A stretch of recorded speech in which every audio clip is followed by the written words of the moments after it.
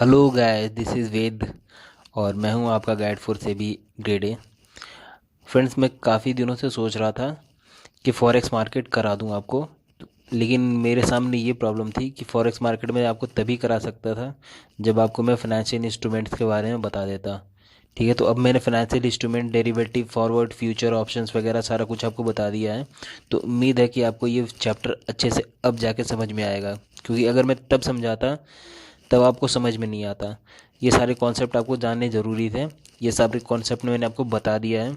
अगर आपने मेरा video spot, forward, future option, अगर ये ऑप्शन वगैरह नहीं देखा है तो प्लीज़ डिस्क्रिप्शन में जाइए, वहाँ सारी वीडियोस देखिए, फिर इस वीडियो को देखिए, फिर आपको ये समझ में आएगा। तो चलो स्टार्ट करते हैं। आज आज पार्ट 2 है और ये लास्ट चैप्टर है। आज हम पढ़ेंगे फॉरेन मार्केट इंस्ट्रूमेंट्स के बारे में, जिसमें फर्स्ट है स्पॉट, सेकंड फॉरवर्ड, थर्ड है करेंसी स्वैप, फोर्थ है डेरिवेटिव। डेरिवेटिव में कौन सा? Future and option. ठीक है, चलो तो फिर स्पॉट देखते हैं। स्पॉट क्या होता है? When A currency is traded on currency current exchange rate, जो अभी अभी का करंट एक्सचेंज रेट है उसके ऊपर जब एक करंट करेंसी ट्रेड होती है उसको कहते हैं हम स्पॉट रेट।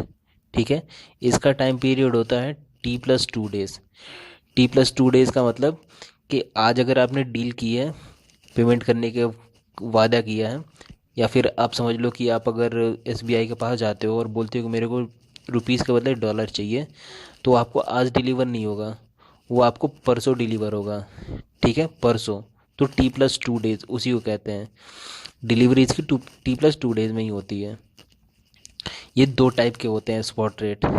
स्पॉट रेट ये दो टाइप के होते हैं। स्पॉट रेट को आप कह सकते हो कि करंट मार्केट प्राइस, स्पॉट उसी को कहते हैं। तो करंट मार्केट प्राइस यानी कि स्पॉट करेंसी का दो टाइप के होते हैं। एक तो होता है इंटर बैंक रेट, जो कि बैंक एक दूसरे दो बैंकों या फिर कई सारे बैंकों के बीच में जो रेट होता है वो होता है इंटर बैंक रेट। और दूसरा है मर्चेंट रेट। मर्चेंट रेट वो रेट जो बैंक्स अपने कस्टमर से चार्ज करती हैं। ये दो अलग अलग रेट होते हैं। ठीक है, inter bank rate obviously merchant rate से कम होता है। ओके, तो मर्चेंट रेट जो होता है वो दो तरीके का होता है। जो बैंक्स अपने कस्टमर से चार्ज करती हैं, जो कस्टमर से लेती हैं प्राइजेस, वो दो तरीके का होता है। एक तो होता है बिड रेट, दूसरा होता है आस्क रेट।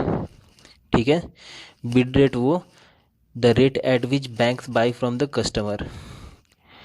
बिड रेट उसको कहते हैं जब बैंक किसी कस्टमर से डॉलर खरीदता है या फॉरेन करेंसी खरीदता है, जिस रेट पे लेता है उस रेट को हम कहते हैं बिड रेट।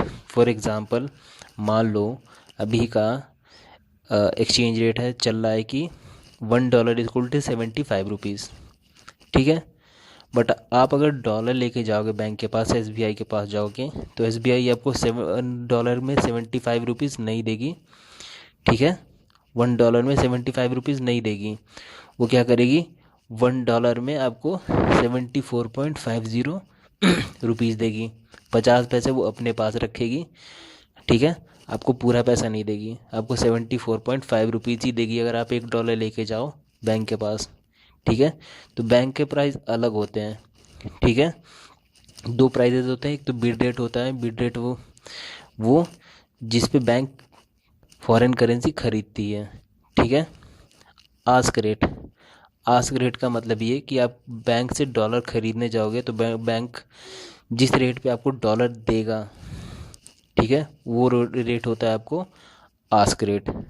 ठीक है, और ये जो आपका रेट होता है, जो कि एक्सचेंज रेट होता है, उससे ज़्यादा होता है। एक्सचेंज रेट मत अगर समझ लो कि $1 = 75 है, तो आप अगर डॉलर खरीदने जाओगे SBI के पास, तो SBI आपको $1 में 75 रुपये में नहीं देगी, 75 रुपये में नहीं देगी। वो आपको देगी $1 75.50 में, ज़्यादा में देगी, ज़्यादा रुपए में देगी। ठीक है, वो 50 पैसे जो हैं वो समझ लो उसका कमीशन है। ठीक है, तो आप अगर बेचने जाओ डॉलर या फॉरेन करेंसी, या फिर आप उससे खरीदने जाओ, वो आपसे कुछ कमीशन लेगी।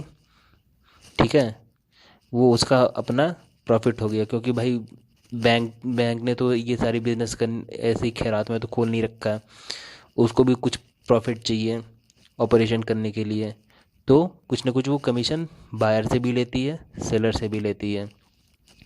ठीक है, तो ये बिड और आस्क के जो रेट का डिफरेंस होता है इसको हम कहते हैं बिड रेट स्प्रेड। क्या कहते हैं हम इसको? Bid rate spread.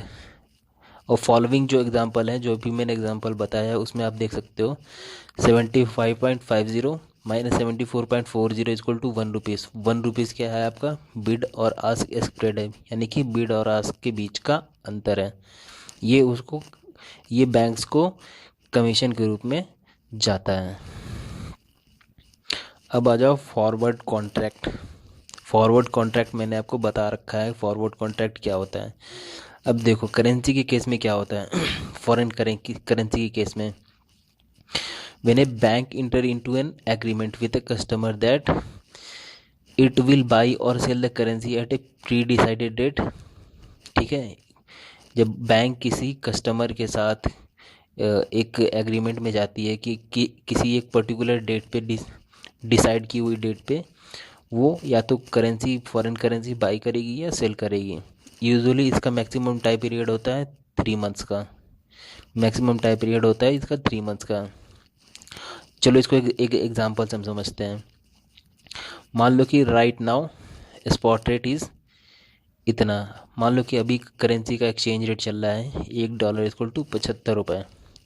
ठीक है, Varun is an importer who has to pay 1000 to exporter in USA. Varun को मान लो कि वरुण एक इम्पोर्टर है, वो चीज़ें इंपोर्ट करता है और उसको $1000 पे करना है यूएसए के एक्सपोर्टर को।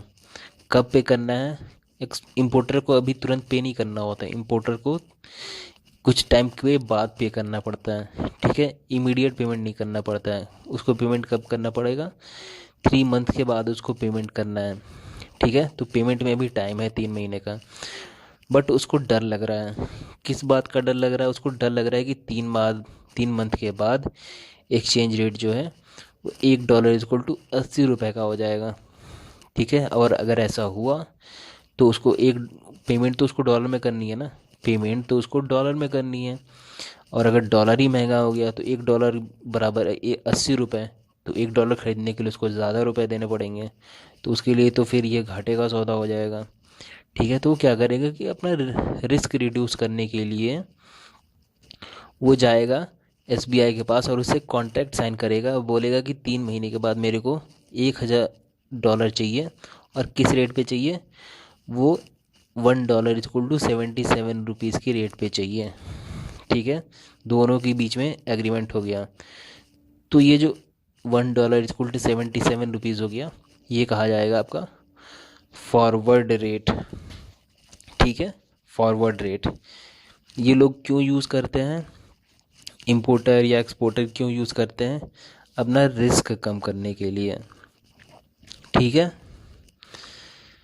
चलो अब आते हैं दूसरे चीज़ दूसरे इंस्ट्रूमेंट के पास, वो है करेंसी स्वैप। ठीक है, करेंसी स्वैप मैंने आपको वीडियो में बता रखा है, आपको अगर देखना हो वीडियो में जाओ, जाके देख लो। करेंसी स्वैप मैंने बिल्कुल अच्छे से समझा रखा है बिल्कुल। और ये जो मैंने यहाँ पे एग्जांपल दे रखा है बिल्कुल सेम एग्जांपल है। ठीक है, बिल्कुल सेम इसी टाइप का एग्जांपल है, आपको समझ में आ जाएगा करेंसी स्वैप। तो करेंसी स्वैप का यूज़ होता है, कंपनीज करती हैं अपना रिस्क कम करने के लिए, फॉरेन एक्सचेंज का जो रिस्क रहता है उसको कम करने के लिए, और अपना जो बोरोविंग है उसको चीप करने के लिए करेंसी स्वैप का यूज़ किया जाता है। Then derivative in forex. Forex में डेरिवेटिव का यूज़ होता है। कौन कौन से दो डेरिवेटिव हैं? एक तो होता है फ्यूचर और दूसरा होता है ऑप्शंस। ठीक है, फ्यूचर एंड ऑप्शन, ये 2 डेरिवेटिव फॉरेक्स में यूज़ होते हैं। बात करते हैं फ्यूचर की। तो future is an financial instrument traded in stock exchange. ये स्टॉक एक्सचेंज में ट्रेड की जाती है। Which derives is value from the currency exchange rate. ठीक है, ये जो वैल्यू कहाँ से अराइव करती है? फ्यूचर जो इंस्ट्रूमेंट होता है वो वैल्यू कहाँ से डिराइव करती है? वो एक करेंसी पेयर, ठीक है, करेंसी जैसे करेंसी पेयर से, जैसे कि आप मान लो डॉलर, पाउंड, डॉलर, येन, जितनी भी इंटरनेशनल करेंसी है उनका एक करेंसी पेयर होता है। ठीक है, करेंसी पेयर होता है जैसे dollar, dollar yuan, dollar pound, dollar yen. तो एक करेंसी पेयर होती है। इन करेंसी पेयर को अंडरलाइंग एसेट मान करके फ्यूचर एक इंस्ट्रूमेंट होता है, उसको डिज़ाइन किया जाता है, उसको मैन्युफैक्चर किया जाता है। ये जो फ्यूचर होते हैं फॉरेक्स में, इसकी मेच्योरिटी पीरियड 1 से लेके 3 मंथ तक की है, 1 से लेके 3 मंथ तक की होती है। चलो भी इसको एग्जांपल से समझते हैं। मान लो स्पॉट रेट यानी कि आज का मार्केट रेट है $1 = 75 रुपीज़। ठीक है, अभी स्टार्टिंग में स्पॉट रेट है आपका $1 = 75 रुपीज़। और मान लो कि आपको इन्वेस्टमेंट करना है $1000 का। ठीक है, तो फ्यूचर रेट अगर मान लो कि किसी फ्यूचर इंस्ट्रूमेंट का दाम अगर यानी कि समझ लो कि स्ट्राइक प्राइस अगर रखी हुई है $1 = 77 रुपीज़, फ्यूचर रेट है $1 = 77 रुपीज़, और मार्जिन है 10,000 रुपये जो कि रिफंडेबल होता है। लॉट साइज़ मान लो कि $1000 का है, तो आपको कितना लॉट मिलेगा? आपको एक लॉट मिलेगा। ठीक है, आपको एक लॉट मिलेगा। अब इसमें भी पोजीशन दो होती हैं, एक तो होती है लॉन्ग पोजीशन, एक दूसरी होती है शॉर्ट पोजीशन। आपको लग रहा है कि डॉलर के प्राइसेस बढ़ने वाले हैं, तो आप क्या करोगे? आप लॉन्ग पोजीशन ले लोगे। आपको लगता है कि डॉलर के प्राइसेस घटने वाले हैं, तो आप ले लोगे शॉर्ट पोजीशन। ठीक है, अब देखो, अगर आप लॉन्ग पोजीशन लेते हो तो दो केसेस हो सकते हैं। पहला केस क्या? पहला केस ये कि डॉलर महंगा हो जाए, हो गया महंगा ना $1 = 80 रुपीज़। दूसरा केस क्या हो सकता है कि डॉलर सस्ता हो जाए। ठीक है, $1 = 74 रुपीज़। अगर डॉलर महंगा होता है, मान लो कि ₹3 से महंगा हो गया, फ्यूचर रेट कितना था? $1 = 77 रुपीज़ फ्यूचर रेट था, मतलब आपने जो इंस्ट्रूमेंट खरीदा था उसका रेट था $1 = 77। बट मेच्योरिटी डेट पे स्पॉट रेट ये इतना हो जाता है, यानी कि $1 = 80 रुपीज़, यानी कि ₹3 बढ़ जाता है $1 पे। तो टोटल आपने कितने डॉलर लिए थे? 1000। तो आपका प्रॉफिट कितना होगा? आपका प्रॉफिट हो जाएगा 3000, क्योंकि आपने लॉन्ग पोजीशन लिया था, आपने एक्सपेक्टेशन ये लगाया था कि प्राइसेस बढ़ेंगी, तो प्राइसेस बढ़ भी गई। ठीक है, तो 3000 आपका प्रॉफिट हो गया। ठीक है, लेकिन अगर प्राइसेस घट गई यानी कि $1 = 74 रुपीज़ हो गई, तो आपको हर एक डॉलर के ऊपर ₹3 का लॉस हुआ, तो आपको टोटल कितना लॉस होगा? $1000 पे ₹3000 का लॉस हो जाएगा। ठीक है, अब देखो दूसरी चीज़, अगर आपको लग रहा था कि डॉलर के प्राइसेस घटने वाले हैं यानी कि डॉलर डिप्रिशिएट करने वाली है, तो आप क्या लोगे? शॉर्ट पोजीशन ले लोगे फ्यूचर में। ठीक है, शॉर्ट पोजीशन। मान लो इसमें भी दो केस होते हैं। मान लो कि जो करेंसी अप्रिशिएट कर जाती है यानी कि डॉलर के प्राइसेस बढ़ जाते हैं।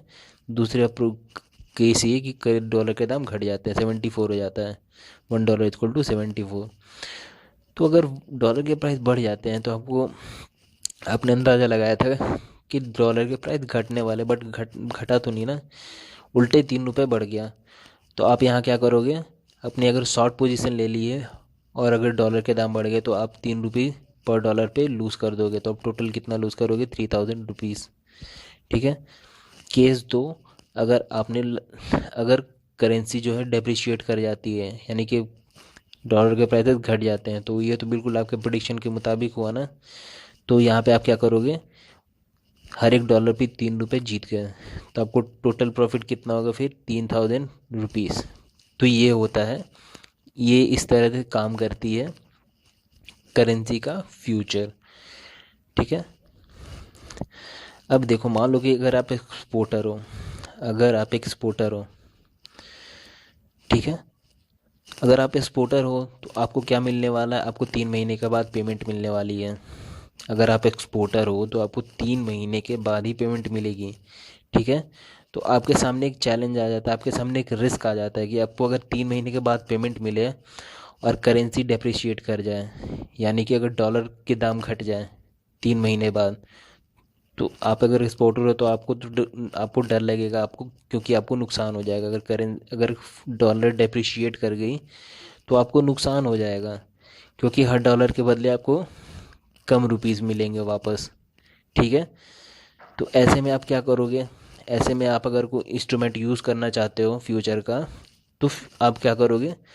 आप शॉर्ट पोजीशन लोगे फ्यूचर में।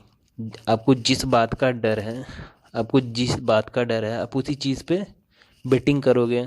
आपको डर है कि करेंसी डेप्रिशिएट कर जाएगी, ठीक है, यानी कि डॉलर के दाम घट जाएंगे, तो आप उसी चीज़ पे बेट लगाओगे फॉरवर्ड में। ठीक है, इस बात पे बेट लगाओगे कि प्राइसेस घटेंगे डॉलर के। तो आपको अगर डॉलर के प्राइसेस घटने की प्रिडिक्शन कर की है तो आप क्या करोगे? आप शॉर्ट पोजीशन लोगे फ्यूचर में।